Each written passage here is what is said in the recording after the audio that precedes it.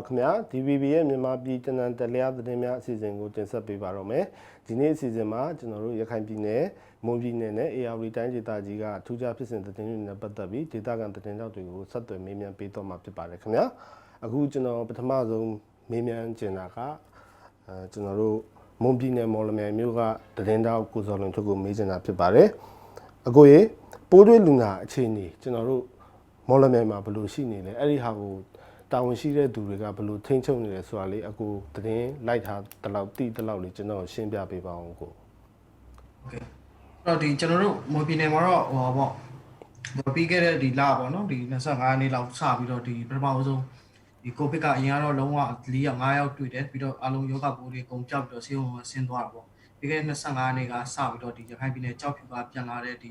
ပညာရေးဝန်ထမ်းမျိုးသမီးတူမှာကိုဗစ်ယောဂပိုးစတွေ့တာပေါ့ဘလို့စပြီးတော့အခုဆိုလို့ရှိရင်အဲ့ရနေပြီးတော့တစ်ဆက်ထဲမှာပဲနောက်ပြီးတော့ဒီလူနာနံပါတ်981ဆိုတာကျွန်တော်တို့ဒီရန်ကုန်ကနေလာတဲ့သမောသားတယောက်ပေါ့နော်အဲ့ရနေသူကနေပြီးတော့လည်းယောဂပိုးဒီထပ်တွေ့တာပေါ့နော်ဒီတဲ့ထဲမှာသူကဒီကိုလာသွားတယ်ဝန်ထမ်းလာပြီးနောက်ပိုင်းမှာသူကနေပြီးတော့ယောဂကုသသူက4ယောက်လောက်ဖြစ်လာတာပေါ့နော်တစ်ဖက်ထဲမှာပဲအဲ့လိုပဲအဲ့သူ့ကိုတက်ချိုခဲ့တယ်ပေါ့နော်အဲ့ယောဂကုသသူတွေတက်ချိုခဲ့စေနာဝန်ထမ်းတွေလည်းယောဂကုသမှုတွေရှိလာခဲ့တာပေါ့ဆိုတော့လက်ရှိကျွန်တော်ပြည်နယ်မှာတော့ကျွန်တော်တို့ဒီပြီးခဲ့တဲ့2ရက်လောက်ထိကကိုဗစ်ယောဂပိုးကမတွေ့နေရဘူးဒါပေမဲ့ပြီးခဲ့တဲ့2ရက်လောက်ထိတော့ကျွန်တော်လက်ရှိချိန်ထိဆိုတော့လူနာကကျွန်တော်ဟို15ယောက်ရှိနေပြီဆိုတဲ့အခြေအနေတည်းရရှိနေတာပေါ့ဒါပေမဲ့တခုကလက်ရှိအခြေအနေမှာတော့ဒီလူနာ15ကိုဗစ်လူနာ15ဦးနဲ့ထိတွေ့ထားတဲ့ contact တွေကိုတော့ကျွန်တော်တို့ဒီအတုပ်လိုက်ဒီလိုခွဲပြီးတော့စစ်နေတဲ့အပိုင်းတွေရှိတာပေါ့တစ်ဖက်မှာတော့ဒီကျွန်တော်တို့ဒီလက်ရှိမှာဆိုရေးကဒီရေးနဲ့လက်ပိုင်းတွေမှာထိတွေ့ထားတဲ့လူနာတွေကကျွန်တော်ပထမချိန်ယောဂကိုစစ်တော့ခါမှာတော့ဒီယောဂကိုမတွေ့အောင်ဆိုတဲ့အခြေအနေတည်းဖြစ်နေတယ်ဒါပေမဲ့ဒီစေနာဝန်ထမ်းတွေနဲ့အတိကထိတွေ့ထားတဲ့လူတွေတော့အခု quarantine ထဲမှာထည့်ထားတဲ့အခြေအနေတည်းပေါ့အဲ့မှာဆိုလဲလူ80လောက်ရှိတာပေါ့နော်လူ80လောက်ရှိတယ်သူတို့တော့ကျွန်တော်တို့ဒီနေ့ပေါ့နော်မနေ့ကဆွေ့ယူထားတယ်ဆိုတော့ဒီညဒါမှမဟုတ်ရင်နောက်ပြန်လောက်ဆိုရင်တော့အဖြေသိရတော့မှာအဓိကအရေးကြီးဆုံးဟာပေါ့ဘာဖြစ်လို့လဲဆိုတော့ဒီလူနာ70လောက်ကမော်မြိုင်ကအဓိကစေနာဝန်ထမ်းတွေနဲ့ထိတွေ့ထားတဲ့သူတွေဖြစ်နေတော့ဒါကျွန်တော်တို့ဒီပြည်နယ်အတွက်ဒါကဒီညဒါမှမဟုတ်ရင်မနေ့ပြန်မနေ့ကတော့ကောင်းတဲ့တင်ဖြစ်မလားပေါ့ဒါလည်းအရင်ပြည်သူတွေကြားမှာစိတ်ဝင်စားမှုရှိနေတဲ့သတင်းတစ်ခုလည်းဖြစ်နေတာပေါ့လက်ရှိအခြေအနေကတော့ဒီကျွန်တော်တို့ဒီကျန်းမာရေးဌာနပေါ့နော်လက်ရှိဥတနေတဲ့အခြေအနေနဲ့ပတ်သက်ပြီးတော့မေးမြန်းထားတာပေါ့မေးမြန်းထားတဲ့အခြေအနေကတော့လက်ရှိလူနာဦးစီးတဲ့15ဦးလုံးကကျွန်တော်တို့ပုံမှန်ပဲသူကကျွန်တော် favor ကလည်းကျွန်တော်တက်မှန် favor မှာပဲရှိနေတယ်ပြီးတော့တခြား complaint သူတို့ကတော့ပြောတယ်တခြားပေါ့နော်ယောဂအိုက်အောက်ပါဖြစ်အဲ့လိုပေါ့ဘာမှလက္ခဏာမပြတဲ့အနေအထားမှာအကုန်လုံးကဟိုယောဂနဲ့ပတ်သက်ရင်အကုန်လုံးကကျန်းမာရေးကောင်းမွန်နေတဲ့အခြေအနေတည်းရမှာရှိနေတယ်သူကြားဖြစ်စဉ်တွေဘာမှတစ်ခုမှမဖြစ်ပေါ်နေဘူးဆိုတဲ့အပိုင်းကိုတော့ကျမကြီးဘက်ကတော့ပြောထားတယ်ဒါပေမဲ့တစ်ဖက်မှာတော့ကျွန်တော်တို့နိုင်ငံရဲ့ဒီကျမကြီးဝန်ထမ်းလိုအပ်ချက်အရာပေါ့နော်ဆိုတော့ဒီအခုဆိုလို့ကျွန်တော်တို့ဝန်ထမ်းပြည်သူ့စေုံမှာအဓိကဒီ specialist က3ယောက်လောက်ပဲရှိတယ်နောက်ပိုင်းမှာအလိုလူနိုင်ထပ်များလာလို့ရှိရင်အနိုင်မှာကျမကြီးဘက်ကစိုးရိမ်နေတဲ့အပိုင်းတွေရှိတာပေါ့ဒါကတော့ဟိုမော်ဘီနယ်တစ်ခုတည်းဖြစ်နေတာမဟုတ်ဘူးပေါ့နော်ကျမကြီးဝန်ထမ်းလိုအပ်ချက်အားလုံးတိုင်းနဲ့ပြည်နယ်မှာလည်းဒီကိစ္စရင်ဆိုင်နေရတာပေါ့ဟိုတစ်ဖက်မှာလည်းဒီနောက်ပိုင်းကျတော့ကျမကြီးဘက်ကဟိုသူတို့စိုးရိမ်တာကတော့အခုလက်တလောဆို PPE တွေကအလုံးလောက်နည်းနည်းရရှိမှုကနည်းလာတယ်ဆိုတဲ့အပိုင်းတွေအဓိကတော့ N95 တွေလည်းသူတို့ဟိုလိုအပ်ချက်တွေရှိနေတယ်လို့သူတို့ဘက်ကပြောတာပေါ့တိုးတော့ N95 ကလည်းထောက်ပံ့မဲ့အဓိက quarantine မမီတဲ့ဟာတွေကများနေတဲ့အတွက်သူလည်းလို့စိတ်မချတဲ့အပိုင်းတွေရှိနေတာပေါ့အဓိကတော့သူတို့ဘက်ကတော့ဟိုကျမကြီးဝန်ထမ်းကတနိုင်ငံလုံးတိုင်းတာဖြစ်နေတော့အဲ့တော့သူတို့မတောင်းဆိုသေးဘူးဒါပေမဲ့ PPE တို့ N95 တို့ပေါ့နော်တကယ်အဲ့ဒါလေးကိုဟိုတက်နိုင်ဆုံးထောက်ပံ့ပေးဖို့ဒီကျမကြီးဘက်ကကျမကြီးကတော့ဒါသူတို့ဘက်ကလိုလားနေတဲ့အရာလေးဟုတ်ကဲ့ပါကိုစောလွန်တို့ဒီကျွန်တော်တို့ COVID-19 နဲ့ပတ်သက်ပြီးတော့ဗောလေကျွန်တော်တို့အဝေးပြေးရှင်းလိုင်းတွေလည်းရပ်နာထားရတယ်လို့သိရတယ်ဗျအဲ့ဒီရဲ့အကျိုးဆက်တွေကဘာတွေဖြစ်နေလဲဆိုတာလေးမော်လမြိုင်မှာဗောလေအဲ့ဒါလေးကျွန်တော်သိချင်ပါတယ်ပေါ့ဟုတ်ကဲ့ဆိုတော့အဓိကတော့ဗောနော်ကျွန်တော်တို့ဒီမော်လမြိုင်ဗောနော်ကျွန်တော်မွန်ပြည်နယ်ကနေအဓိကမော်လမြိုင်မျိုးကနေပြီးတော့ပဲကျွန်တော်တို့ကအဝေးပြေးလိုင်းတွေကပြေးဆွဲနေတာဗောနော်ဆိုတော့အဓိကတော့မော်လမြိုင်မှာဆိုတော့ရင်လိုင်းပေါင်း83လိုင်းလောက်တော့ရှိတာဗောအဲ့ဒါတော့အဓိကကျွန်တော်တို့ဒီရန်ကုန်ပြီးတော့နေပြီးတော့ပေါ့နော်သက်ဆိုင်ရာခေါ်တောင်းဘက်ကွေးတဝဲပေါ့နော်စားတိုင်းနေပြည်နယ်တွေပြီးဆွဲနေတယ်ဆိုတော့လက်ရှိအခြေအနေမှာဘာဖြစ်လာလဲဆိုတော့တခြားနေပြည်တော်မှာဆိုလို့ရှိရင်တော့အကန့်အသတ်တွေလောက်လာတယ်ရန်ကုန်မှာဆိုရင် stay home ဒီလောက်လာတယ်ပေါ့နော်သက်ဆိုင်ရာ9မြို့နယ်အားလုံးတည်တဲ့အတိုင်းဘယ်လိုလောက်လာတဲ့အခြေအနေမှာအခုကဘယ်လိုဖြစ်လာလဲဆိုတော့ဒီကားတွေမှာလူကအခုကျွန်တော်တို့ဒီမော်မြိုင်မှာဆိုလဲရက်ကွက်2ခုလောက်ကို stay home လုပ်ထားတယ်ပေါ့နော်ခီးသွားလာမှုက တော်တော်လေးရောကျလာတဲ့အနေအထားတစ်ရပ်ဖြစ်လာတယ်ပုံမှန်အခုဆိုလို့ရှိရင်သူတို့ကားတွေကိုသက်ဆိုင်ရာအစိုးရဖွဲ့ညွှန်ကြားထားတာကဒီက40တင်အခု20ပဲတင်ဆိုတာဒါအားလုံးကိုသူတို့တပြေးညီညွှန်ကြားထားရဒီနောက်ပိုင်းကျတော့သူတို့ရဲ့အခြေအနေကဘာဖြစ်နေလဲဆိုတော့လူကကားတစ်ခေါက်ထွက်မယ်ဆိုရင်လည်းရှိရင်6ယောက်9ယောက်အလောက်နဲ့ပဲသူတို့ကသွားနေရတယ်ရေစီမှာသူတို့အတွက်ကဒီဟာပြန်မကာမိနေဘူးမကာမိနေတဲ့အခြေအနေကျတော့အခုအခြေအနေကကျွန်တော်တို့မနေ့ကအထိမြင်မြန်ကြည့်လောက်ကတော့20နီးပါးရင်လိုင်း20နီးပါးလောက်ရက်လာပြီပေါ့နော်နောက်ဆက်တွဲဒီလိုဒါခီးတယ်မရတော့ဘူးဆိုလို့ရှိရင်တော့အားလုံးနေပါတော့ရပ်သွားမဲ့အခြေအနေတစ်ခုဖြစ်နေတာပေါ့နော်တစ်ဖက်မှာလည်းအဲ့ဟာနဲ့ပတ်သက်ပြီးအစိုးရကိုကျွန်တော်တို့ကတော့အစိုးရဘက်ကသူတို့ကတော့တစ်ခုခုအဲ့လိုရက်မသွားတော့အောင်ပေါ့နော်ဒီကျွန်တော်တို့ဒီ transportation ရက်သွားအောင်သူဘက်မှာတော့တချို့အပိုင်းတွေပြင်ဆင်နေတော့ကျွန်တော်တို့အကြံပြသိထားတယ်ဒါပေမဲ့အခုလက်ရှိအခြေအနေကတော့ကိုဗစ်ဒီမွန်ပြည်နယ်ရဲ့ကိုဗစ်လူနာသက်ထပ်မတိုးနေဘူးဆိုတဲ့အခြေအနေပေါ်မှာတော့မူတည်တယ်ထပ်တိုးလာရင်ဒါဒီအားလုံးဒီပါရက်သွားမဲ့အခြေအနေတရက်မှာဖြစ်နေတယ်ပေါ့ဟုတ်ကဲ့ပါခင်ဗျအခုကျွန်တော်ထပ်ပြီးမေးချင်တာကိုစီသူမောင်ပေါ့နော်ကိုစီသူမောင်ကတော့ AR တိုင်းပသိမ်မျိုးကသတင်းတောက်ဖြစ်ပါတယ်ဒေသခံသတင်းတောက်ဖြစ်ပါတယ်ကိုစီသူမောင်တို့ကျွန်တော်တို့ပသိမ်ပေါ့နော် AR တိုင်းမှာCOVID-19 နဲ့ပတ်သက်ပြီးတော့ပိုးတွေ့လူနာတွေအခြေအနေဘယ်လိုရှိနေသလဲပြီးတော့ရခိုင်ပြည်နယ်နဲ့လည်းနမိတ်ချင်းထိစပ်နေတာလေအဲ့ဒီဟာကိုတာဝန်ရှိသူတွေကရောဘယ်လိုကင်တွေထိန်းချုပ်နေလဲဆိုတာလေးအခုသတင်းရယူထားတဲ့အခြေအနေလေးပြောပြပေးပါကိုAR တိုင်းမှာကတော့ဒီ COVID-19 ဒုတိယလိုင်းစတဲ့ချိန်မှာတော့နော်ပသိမ်ရရင်စတွေ့တယ်ပေါ့နော်အဲ့တွေ့တဲ့ပထမဆုံးစတွေ့တဲ့သူကလည်းသူကရခိုင်ကနေပြီးတော့ပြန်လာပြီးတော့သူရန်ကုန်မှာပဲ quarantine ဝင်တယ်ပေါ့နော် quarantine ဝင်ပြီးတော့သူဆက်ယူတယ်ယူပြီးဆက်လိုက်တဲ့အခါမှာတော့ positive ဖြစ်ပြီးတော့သူကတော့ရန်ကုန်မှာပုနေတာပေါ့နော်နောက်နည်းနည်းကြာတော့2ယောက်ထပ်တွေ့တယ်ပေါ့တာပေါင်းတွေ့တယ်ဖြာပေါင်းတွေ့လာတယ်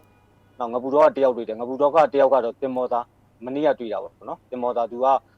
စစ်တွေရန်ကုန်ပြေးဆွဲတဲ့တင်မောလိုင်းပေါ်တင်မောသားရန်ကုန်ရင်စိတ်ကန်းလဲရောက်တော့သူတို့ကိုကမ်းပေါ်အကမ်းမခံဘူးလို့ကြားတယ်ပြီးတော့အမှပဲ quarantine ဝင်ခိုင်းတယ်ပေါ့နော်ဝင်ခိုင်းပြီးတော့သူတို့စစ်လိုက်တဲ့အခါမှာအသက်20ပြည့်တင်မောသားတယောက်ကတော့ positive ဖြစ်တယ်ပေါ့ဒီနေ့မှဆိုရင်လေကျွန်တော်တို့ကြုံပြောကတယောက် positive တွေ့တယ်အင်းသာကတယောက်တွေ့တယ်ကြုံပြောကတယောက်ကကြတော့ရန်ကုန်မှာသူကဈေးသွားဝင်နေရန်ကုန်ကနေ1ရက်နေ့မှာစက်တင်ဘာ1ရက်နေ့မှာပြန်ရောက်လာတယ်ရောက်လာပြီးတော့သူပုံမှန်တိုင်းပဲသွားနေတာပေါ့နော်သွားနေနဲ့4ရက်နေ့မှာမှသူက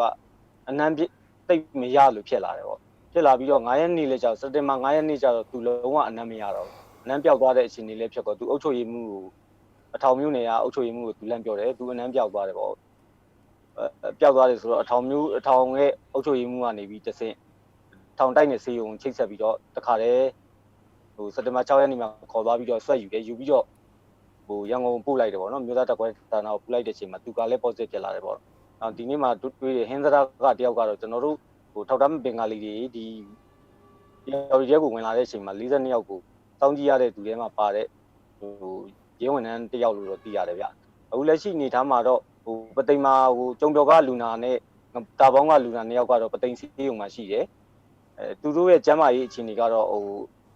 ့တိုင်းစေးုံနဲ့တွေ့တဲ့အခါမှာမေးကြည့်တဲ့အခါမှာသူတို့ရဲ့ကျန်းမာရေးအခြေအနေကပြတာနာတာတွေမရှိဘူးစိုင်းပြတာတွေမရှိဘူးပေါ့နော်တိုင်းလက်ကယ်ရီကသဘောမျိုးပဲရှိတယ်ဆိုပြီးတော့ပြောတယ်ဆရာကြီးကလည်းဒီအောင်တော့သူ့ကိုစောင့်ကြည့်ပြီးတော့လိုအပ်တာတွေကိုသင်ကြားသွားပေးမယ်ဆိုတဲ့အနေအထားရှိတယ်နောက်ဖြာပုံမှာတယောက်ရှိတယ်ဖြာပုံကတယောက်နဲ့ပတ်သက်ပြီးတော့သူနဲ့ထိစက်တဲ့သူတွေကိုလည်းဒီနေ့မှာစက်ယူပြီးတော့မြို့သားတက်ခွဲဌာနကိုပို့ထားတယ်လို့ကြားတယ်အဖြေကတော့ဘယ်နေ့ထွက်မယ်လဲမသိဘူးပေါ့ဖြာပုံမှာတယောက်မြို့သားမှာတယောက်ပသိမ်မှာ2ယောက်ပေါ့နော်4ယောက်ရှိတယ်ကျုံပြောကထိစက်တဲ့သူကသူနဲ့ကားတူစီးတဲ့သူက22ယောက်လောက်ရှိတယ်။နောက်သူမိသားစုဝင်4ယောက်ရှိတယ်။နောက်သူဈေးရောင်းနဲ့ထိစက်မှုရှိတဲ့6ယောက်ပေါ့အားလုံးပေါင်း32ယောက်ကိုလည်းဒီနေ့မှာပဲအထောင်မှာပဲ quarantine ဝင်ခိုင်းပြီးတော့ဆွဲယူပြီးတော့စစ်ဆေးဖို့တွေလှုပ်ဆောင်နေတယ်လို့တော့သိရတယ်ဗျ။ဒါကတော့ COVID လူနာတွေရဲ့အခြေအနေပေါ့နော်။ကျွန်တော်တို့ AR ကအဓိကရခိုင်ပြည်နယ်နဲ့လည်းဆက်ဆက်နေတယ်ပေါ့နော်။ရခိုင်ပြည်နယ်မှာစတွေ့ပြီဆိုတော့ AR က August 22ကစပြီးတော့ရခိုင်ပြည်နယ်ဝင်ပေါက်3ပေါက်ရှိတာပေါ့ကျွန်တော်တို့ရှိမှာကြောက်ချွန်ဆိုတာပသိမ်မျိုးနယ်ဘက်ကကြောက်ချွန်ဝင်ပေါက်တစ်ခုရှိတယ်။ရေကြီးမျိုးနယ်ကဂျင်းနသာဝင်ပေါက်ရှိတယ်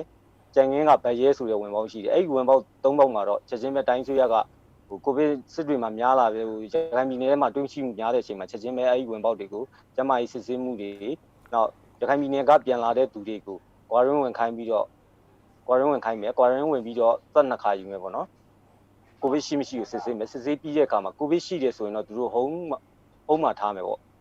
့ကိုဗစ်ရှိတယ်ဆိုရင်တော့စေးရုံပို့မယ်ကိုဗစ်မရှိတဲ့သူကို home quarantine ထားမယ်ဆိုပြီးတော့ထုတ်ပြန်ထားတယ်အခုနောက်ပိုင်းမှာလည်းရခိုင်ပြည်ရန်ကုန်ကလည်းထိစပ်မှုရှိလာတော့ကျွန်တော်တို့ တိုင်းစုရကတော့ရန်ကုန်ဝင်ပေါက်3ပေါက်ကိုလည်းစစ်ဆေးမှုတွေစတင်လှုပ်ဆောင်နေပြီလို့တော့သိရတယ်ဗျ ဟုတ်ကဲ့ပါကိုစီလူမောင်ကျေးဇူးပါကျွန်တော်နောက်ထပ်မေးချင်တာကတော့ရခိုင်ပြည်နယ်ကြောက်ဖြူမျိုးကဒေသခံသတင်းတောက်ကုနောင်ကိုမေးချင်တာဖြစ်ပါတယ်အကိုတို့ရခိုင်ပြည်နယ်ကပိုးတွေးလူနာအခြေအနေဘယ်လိုရှိလဲတာဝန်ရှိတဲ့သူတွေကရောဘယ်လိုထိန်းချုပ်နေကြတယ်လဲဒေသခံပြည်သူတွေရဲ့စိတ်ခံစားမှုစိုးရိမ်စိတ်တွေရောဘယ်လိုရှိနေလဲအဲ့ဒါလေးနည်းနည်းလေးပြောပြပေးပါကို ဟုတ်ကဲ့ကျွန်တော်ဒီအခုရခိုင်မှာဆိုရှင်ပေါ့နော်ပိုးတွေလူနာ400ကျော်900ခွန်ကျင်လောက်ပြီးရှိလာတယ်ပေါ့နော်ဒါပေမဲ့ဟိုတစ်ခုချင်းနဲ့ကတော့တိုးလာနေတဲ့အနေအထားတော့ရှိတယ်ဒါဟိုထိန်းချုပ်မှုအပိုင်းဆိုတော့ပေါ့နော်ဒီအခုဒီအစိုးရတာဝန်ရှိတဲ့လူတွေကတော့ဒီဟိုညမထွဲအမင်းတို့ဒီဟိုစေဟုံးတို့ပေါ့နော်အဲ့လိုဟိုသတ်မှတ်ချက်တွေထုတ်ပြန်ပြီးတော့ထိန်းကျောင်းလာတဲ့အပိုင်းတွေရှိတယ်ဒီကျန်းမာရေးဌာနဆိုလို့ရှိရင်ဒီဟိုပေါ့နော်ဒီအခုနောက်ပိုင်းတော့တော်တော်များများကိုဟိုဒီထိန်းချုပ်လာတဲ့အပိုင်းတွေတော့တွေ့ရပါတော့ဒါပေမဲ့ပါတခုဒီတွားတွေ့ရလဲဆိုလို့ရှိရင်ဟိုပေါ့အခုကျွန်တော်တို့ကြောက်မျိုးနေမှာဆိုရင်ဒီပိုတိလီနာဖနာစံမဲ့တုံးကြီးရှိတာပေါ့နော်ဒါပေမဲ့ဒီဟိုပေါ့ဒီပိုတိရဲ့လီနာတွေနဲ့ fast contact တွေပေါ့နော် fast contact တွေရှိတယ်ဒီတွေကိုတချို့ဟိုတော်တော်များများကြံနေသေးရပါတော့ဟိုစစ်ရတဲ့အပိုင်းတွေရှိနေတဲ့အပိုင်းတွေလည်းကျွန်တော်တို့ဒီတွတ်တွေ့နေရပါကျွန်တော်တို့ဆက်ပြီးပြောဆိုလာတာရှိတယ်ဒါပေမဲ့ဒီဟာတွေနဲ့ပတ်သက်ပြီးတော့ဥပမာကျွန်တော်တို့ဒီကြောက်မျိုးတွေမှာဆိုလို့ရှိရင်ဟိုဒီ post-up လေးကလေးကပေါ့နော်ကျွန်တော်တို့ဒီတက်ဆိုင်ရာဟိုဒီကြောက်ခံရှင်းအောင်ကြီးတို့ကျွန်တော်တို့ဆက်ပြီးမြင်းနေတဲ့အခါမှာဒီလေးဒီချင်းကြီးပေါ့နော်ဟိုတိတိကျကျဟိုတိုးဆူတဲ့အပိုင်းတွေတော့ရှိသေးဘူးဆိုတဲ့တစ်ပိုင်းကိုကျွန်တော်တို့တွတ်တွေ့ရပါတော့ဟိုဒီအပေါ်မှာဘာတစ်ခုသိလာလဲဆိုလို့ရှိရင်ဥပမာကျွန်တော်တို့ကိုယ်ကဟိုသတင်းအချက်လက်တွေတိတိကျကျမရဘူးမသိရပါတော့ဒါဒီအပေါ်မှာဥပမာဒီပြည်သူတွေအနေနဲ့ကလည်းဘာလို့စိုးရင်ရမယ့်အနေအထားတွေရှိလဲဆိုတာဟိုမသိရတော့ဖြစ်နေတာဟိုဖြစ်လာတယ်ဒီနေတဲ့ခါပေါ့နော်ဥပမာကျွန်တော်တို့ဒီကျိုးနေတဲ့ဟာတွေတော့ရှိတယ်ဥပမာကျမ်းမာရေးဝန်ထမ်းတွေလည်းကျွန်တော်တို့ဟိုတွေ့ဆုံပြီးတော့ပေါ့နော်ကျွန်တော်တို့ကတော့မြင်းများနေတဲ့ဟာတွေတော့ရှိတယ်ဒါပေမဲ့ဘာတစ်ခုတော့တရားလဲဆိုဒီလိုပြောတာတကယ်ဥပမာသိမယ်ဆိုလို့ရှိရင်ကြောက်ဒီမှာတောင်ပေါ့နော်ရာဇဝင်မဟုတ်ဘူးဆောင်းကန်းရှိကိုဒီဘူးတွေ့လာနိုင်တဲ့အနေအထားရှိတာပေါ့နော်ဟိုတနေ့မှာဘယ်လောက်သိလဲဆိုတဲ့ဟာကိုဥပမာကျွန်တော်တို့ဒီဟိုအလော့သဘောနဲ့မြင်းများတဲ့ခါတော့ပြောတဲ့ဟာတွေရှိတယ်ဥပမာဟိုတနေ့မှာ20ဟိုပါပေါ့တစ်ခါသိရင်28ယောက်လောက်သိလို့ရတယ်ဥပမာဟိုလူတရားကိုသိမယ်ဆိုရင်မိနစ်50လောက်ကြာပါပေါ့နော်ဒါပေမဲ့တိတိကျကျကျွန်တော်တို့ကဒီတွေကိုဆက်ပြဖို့အတွက်မြင်းများတဲ့ခါကျတော့ဒီစုံမှုမရှိတဲ့အပိုင်းတွေကိုတွေ့ရပါတော့။အားကြောင့်မဖြစ်တာလဲဒီတွေကိုမှ fast content တွေကိုတော့စစ်သေးဘူးဆိုတော့ဟိုမစစ်သေးပြန်နေသေးတာပေါ့နော်။အားကြောင့်မစစ်နိုင်သေးဒါလည်းဆိုတဲ့အပိုင်းတွေကိုလည်းကျွန်တော်တို့ကဟိုတိတိကျကျဟိုမသိရတဲ့အပိုင်းတွေကိုတွေ့ရတယ်။ဒီအပေါ်မှာကတော့ပြည်သူတွေကတော့ဥမာစိုးရင်မှုမရှိကြဆိုရင်စိုးရင်မှုရှိတယ်။ဒါနဲ့ဘာကိုဥမာဒီပုတ်တွေ့တဲ့လူနာတွေကဥမာကျွန်တော်တို့ဒီကျန်းမာရေးဝန်ကြီးဌာနထုတ်ပြန်နေတာရှိရပါတော့။ဥမာဒီမြစ်ကြောက်လူကတော့ပြည်သူ့ပါတယ်ဆိုတဲ့ဟာတော့ပဲသိရပါတော့ဒီတွေဟာဒီတွေနဲ့ဆက်စပ်မှုရှိတယ်။ဘေးရာခွဲကဖြစ်တယ်။ဟိုပါပေါ့ဘေးဟိုနဲ့ဒီဆက်စပ်ထဲတယ်ဆိုတဲ့အပိုင်းကိုတိတိကျကျမသိရတော့ဟိုဘယ်လောက်ကြီးကျယ်နေတဲ့အပိုင်းတွေဆိုတာကိုတိတိကျကျမသိရဘူးပေါ့နော်ဘယ်လောက်ကြီးကျယ်နေပြီလဲဟိုသူတို့ကထင်းချုပ်တယ်လို့တော့ပြောပေမဲ့တကယ်မြေပြင်အနေထားကဟိုထင်းချုပ်တာနဲ့မကြည့်ဘဲနဲ့ဟိုပါပေါ့သင်ချန်ကလေးပြလာတဲ့အနေအထားတွေကိုတော့ကျွန်တော်တို့တွေ့လာရပါတော့ဒီအပေါ်မှာလည်းဒီပြည်တွေရောဒီအရာဖက်အဖွဲ့အစည်းတွေရောဒီလွတ်တော်ကိုတွေ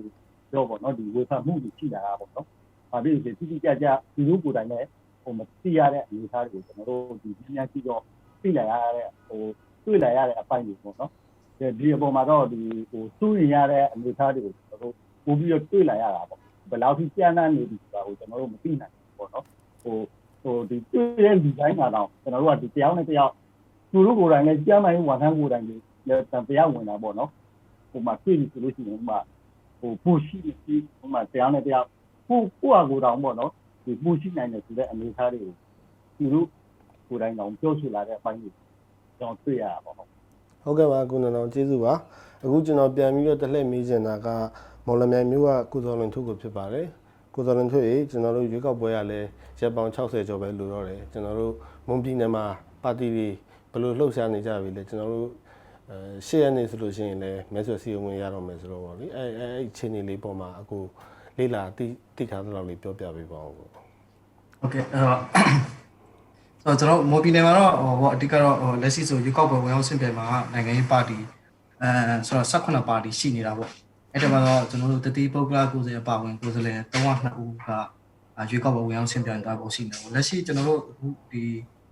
ပါတီတွေဒီကုဆိုမဲဆယ်စီယုံကြီးကာလလည်းရောက်ပြီပေါ့နော်ဆိုတော့ CND ကမနေ့ပြန်စပြီးတော့မဲဆယ်စီယုံကြီးရပြီဆိုတော့ဒီသက်ဆိုင်ရာပြောင်းလို့ရွေးကောက်ပွဲကော်မရှင်ကလည်းထုတ်ပြန်ကြေညာချက်ထုတ်ထားပြီအခုကျွန်တော်ဒီနေ့အခင်းချင်းမှာဒါမှမဟုတ်ပြီးခဲ့တဲ့ကာလတွေမှာကျွန်တော်ဘာတွေတွေ့နေရလဲဆိုတော့လက်ရှိဒီအာဏာရပါတီ NLD ကတော့ဒီအခုတော့သူတို့ကတော့အခုဆိုဒီကတော့ဟိုပါပေါ့ streaker ကတ်တာတွေဟိုအလန်ထောင်ဖို့တော်တော်လေးတော်တော်များများတွေ့ရတယ်ဆိုကားတွေ streaker ကတ်တဲ့အပိုင်းတွေကိုလည်းဒါကျွန်တော်ရန်ကုန်ပိုင်းမှာလည်းတွေ့ရဆိုကျွန်တော်ဒီပြည်နယ်မှာလည်းသူတို့ကတော့အဓိကအဲ့ဒီကားတွေ streaker ကတ်တဲ့ဟာတွ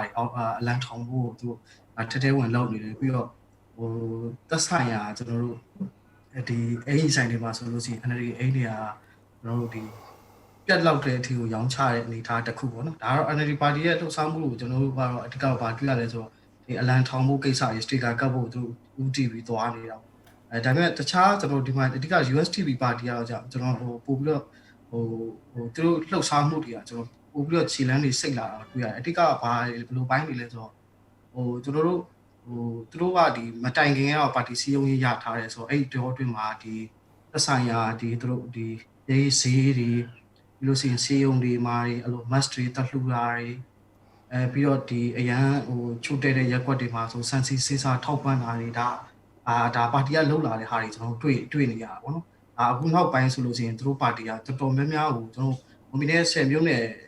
နေပါလောက်မှာအဲ့ဟို mass တွေဖြန့်ဝေတာတွေဈေးတွေထဲမှာပြီးတော့အဲ့လိုဆင်းရဲတဲ့ရက်ကွက်တွေမှာအဲ့လိုစန်စီစေးစာထောက်ပံ့တာတွေကတော်တော်ချီလန်းစိတ်နဲ့ဒါသူတို့ brand လာတဲ့အနေထားတွေ့ရတာပေါ့နော်တစ်ဖက်မှာတော့ကျွန်တော်တို့ဒီ webinar မှာဆိုအင်အားကောင်းတာဆိုလို့ရှိရင် USDP ရှိရကျွန်တော် NLD ရဲ့မွန်ညီညွတ်ရေးပါတီရှိတာပေါ့ဒီမှာတော့ဒီမွန်ညီညွတ်ရေးပါတီကလက်ရှိကတော့သူတို့ကတော့ဒီပေါင်းစည်းထားတဲ့ပါတီဖြစ်နေတဲ့အခြေအနေမှာတော့ဝင်ပြေးပြီးအခြေအနေမှာပါတီဆိုင်ဘုတ်ထောင်တာတွေပါတီတွင်စီယုံမှုလုပ်နေတဲ့အပိုင်းတွေတော့တွေ့ရတာပေါ့နော်တစ်ဖက်ကတော့သူတို့ mass နဲ့ပတ်သက်ပြီးတော့သူတို့မဖြစ်မနေသူတို့ mass ဒီပါတီ mass တွေတက်ဆင်ဖို့campaign လုပ်နေတဲ့အပိုင်းတွေတော့တွေ့ရပါပေါ့အဓိကတော့လက်ရှိကျွန်တော်အင်အားကြီးပါတီခုနကျွန်တော်၃ခုကိုလက်လန်းပြီးတလောက်ပြောထားတာပေါ့သက်ဆိုင်ရာတခြားပါတီတွေကတော့ဟိုသူတို့ပိုင်းနဲ့သူတို့လုပ်နေတာရှိတယ်အဓိကတော့ sign board တွေတင်လာတာကတော့တော်များများပေါ့နော်ဟိုလုပ်လာတဲ့အပိုင်းရှိတာပေါ့ဒါပေမဲ့မနေ့ပြင်ဆိုရင်တော့ဘယ်လိုတွေပွဲထွက်လာမလဲဆိုတာဒါအစိမ့်ဝင်စားဖို့ကောင်းတာဟုတ်ကဲ့ပါကိုစောမန်တို့ကျေးဇူးပါကျွန်တော်အလှည့်ပြန်ပေးချင်တာကကျွန်တော်တို့ပသိမ်မျိုးကကိုစီသူမောင်ဖြစ်ပါတယ်ကိုစီသူမောင်ရေကျွန်တော်တို့ AR တိုင်းဆိုတာမြန်မာနိုင်ငံရဲ့စံဦးကြီးပေါ့နော်အခုကိုဗစ်ကာလမှာစံစည်းတွေတက်တယ်လို့ကြားတယ်တခြားကုန်စည်နှုန်းတွေလည်းတက်တယ်လို့ကြားရတယ်ခင်ဗျအဲ့ဒီအခြေအနေအသေးစိတ်ဘယ်သူတွေကဘယ်လိုတွေအယောင်းဝယ်လုပ်နေကြလဲဈေးတက်ကြတာဘာကြောင့်လဲဆိုတဲ့ဟာလေးအခုလေးလာထားသလားလေးရှင်းပြပေးပါဦးဗျဟိုAR မှာတော့ဒီတပကြီးလို့လည်းပြောတာတော့เนาะပထမအချိန်ကျွန်တော်ကိုဗစ်ဖြစ်တဲ့အချိန်မှာတော့ AR ရဲ့စံစည်းနှုန်းကတက်တယ်အများကြီးလည်းမတက်ဘူးเนาะပုံမှန်နေတာလောက်ပဲခဏတစ်ဖြုတ်ပေါ့နော်ပြည်သူတွေကကြောက်လန့်သွားပြီးတော့ဝယ်လူအားမြင့်တက်သွားလို့ခဏတစ်ဖြုတ်တက်တဲ့အနေအထားလောက်ပဲဖြစ်တယ်ပြီးတဲ့အခါမှာတော့ဟိုဈေးကွက်ကပုံမှန်ဈေးနှုန်းတိုင်းသွားတယ်လို့ပြရတယ်ဗျအခုဒီတစ်ခေါက်မှာကတော့ဟိုကိုဗစ်နဲ့ဆိုင်နဲ့ဆိုင်တော့ကျွန်တော်တို့ AR ရဲ့စံဈေးကွက်ကိုအဓိကဝင်လာဝယ်တာကအညာဘက်ကကုန်တယ်တွေဆင်းပြီးတော့ဝယ်လာတယ်ဆိုပြီးတော့ကုန်တယ်တွေရှိရပြရတယ်ဗျတချို့စက်တွေဆိုရင်ဒီညာဘက်ကဆင်းတားဝယ်တဲ့အခါကျတော့သူတို့ကဈေးနှုန်းဒီမှာဈေးတက်တာလို့လာဝယ်တဲ့သဘောလာပါအကြောင်းလဲဆိုပြီးတော့သူကတော့ဟိုဆက်လည်မှုတွေခဏတော့မှထိန်းလေပတ်မှုမျိုးလောက်တာမျိုးတွေလည်းသိရတယ်ဗျအဓိကဟိုဈေးကွက်ထဲမှာတော့အသိရဲ့ဈေးကွက်မှာတော့တားကြီးတော့မတက်ဘူးဟိုခြားနေရာဒီမှာတော့ရမ်းတက်နေတဲ့သဘောမှာတော့ရှိတယ်ဗျဟုတ်ကဲ့ပါအခုကျေးဇူးပါကိုစီသူမောင်အခုကျွန်တော်နောက်ထပ်ပြန်ပြီးတော့လှည့်ပေးနေတာကကျွန်တော်ရခိုင်ပြည်နယ်ကြောက်ဖြူမျိုးကဒေသခံတည်င်းတော့ကိုနောင်ဖြစ်ပါတယ်အခုကျွန်တော်တို့ရခိုင်ပြည်နယ်မှာရွေးကောက်ပွဲနဲ့ပတ်သက်ပြီးတော့အချက်လက်လေးကျွန်တော်သိချင်လို့ပါရခိုင်ပြည်နယ်မြောက်ပိုင်းဒေသမြို့နယ်တချို့မှာရွေးကောက်ပွဲကျင်းပဖို့ကမတိကျဘူးပေါ့နော်ရွှေ့ဆိုင်မလားရွေးကောက်ပွဲကော်မရှင်ကအော်တိုဘာလကျရင်တော့အတိအကျထုတ်ပြန်ပေးမယ်လို့ပြောတယ်ပေါ့ပြည်သူတွေရဲ့ဒီရွေးကောက်ပွဲအပေါ်စိတ်ဝင်စားမှုအခြေအနေဘယ်လိုရှိလဲဒေသခံပြည်သူတွေပြီးတော့ဒီရွေးကောက်ပွဲကျင်းပမဲ့အခြေအနေကတာဝန်ရှိသူတွေဘယ်လိုဆောင်ရွက်နေကြသလဲပြီးရင်နိုင်ငံရေးပါတီတွေရဲ့လှုပ်ရှားမှုတွေကဘယ်လိုတွေရှိနေသလဲအခုလေးလာထားမိသလောက်လေးကျွန်တော်ပြောပြပေးပါအောင်ဗျဟုတ်ကဲ့ဒီဝါဘောတော့ဒီတောင်ကြီးရေကောက်ဝေးကော်မရှင်ကဒီထုတ်ပြန် ပဲကတော့ကျွန်တော်တို့ပြပြရအောင်တော့ဒီရခိုင်မှာအဲ့ဒီဖြစ်နေတဲ့ဒီခုတုန်းလောက်မှာတော့ဟိုပေါ့ဒီရေကောက်ပွဲမကျင်းပနိုင်ဒီပဲဒီဟာတွေတော့ကျွန်တော်ကြားပြရတယ်ဒီရေကောက်ပွဲနဲ့ပတ်သက်ပြီးတော့မှဒီပြည်သူတွေကတော့ဟိုပြောရမယ်ဆိုရင်တော့ဒီတော်တော်ကြီးကိုပေါ့နော်ဒီစိတ်ပါဝင်စားမှုကတော့ဟိုအားနည်းနေတဲ့အပိုင်းတွေတော့တွေ့ရတယ်ဟိုဒီအရင်ဒီ2015တဲ့ဆိုင်ပေါ့နော်ဒီဟိုပေါ့သုံးချိုးတချို့လောက်ပဲမှဒီဟိုရေကောက်ပွဲနဲ့ပတ်သက်ပြီးစိတ်ဝင်စားမယ်အနေအထားတွေဟိုစိတ်ဝင်စားတဲ့အနေအထားတွေတွေ့ရအောင်နော်ဟိုဒါနဲ့ဒီကြီးလာတဲ့အခါမှာဟို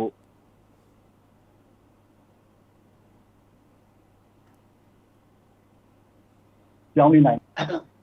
ဟိုဒီဒီကောက်ပွဲကြတဲ့အခါမှာပေါ့နော်ဟိုရဲပိုင်းအလူဒီလောက်ပါပဲဒီပုံမှာဟိုစိတ်ကြီးကောင်းကြည့်ရနေတာပေါ့နော်ဒါမဲ့ဘာတစ်ခုရှိတယ်ဆိုလို့ရှိရင်ဒီကျွန်တော်တို့ရခိုင်မှာကနေပြီးတော့ဒီဟိုပါတီအနေနဲ့ကတော့အခုလောလောဆယ်ကတော့ဒီဟိုပြည်သူတွေအနေနဲ့ကလည်းပေါ့နော်လက်ကလောမှာတော့ကိုဗစ်ကိစ္စတွေရောဟိုဒီဟိုပါပေါ့ဟိုဒီဟိုတိတ်ဝဖြစ်နေတဲ့နေရာဒီမှာဆိုလို့ရှိရင်ဒီကတော့ပေါ့နော်ဒီသူ့ရင်စိတ်တွေနဲ့ပဲဟိုတွန်းဟိုထိုင်လန်စီစိတ်တွေနဲ့ပဲနေထိုင်နေရတာဆိုတော့ဒီရေကောက်မှုအပေါ်မှာတော့အဲ့လောက်ကြီးဟိုအရင်ရောက်ကြဘူးနေတော့ဟိုဒါနဲ့ဒီအခုနောက်ပိုင်းတော့ဒီပါတီတွေအနေနဲ့ကတော့ဟို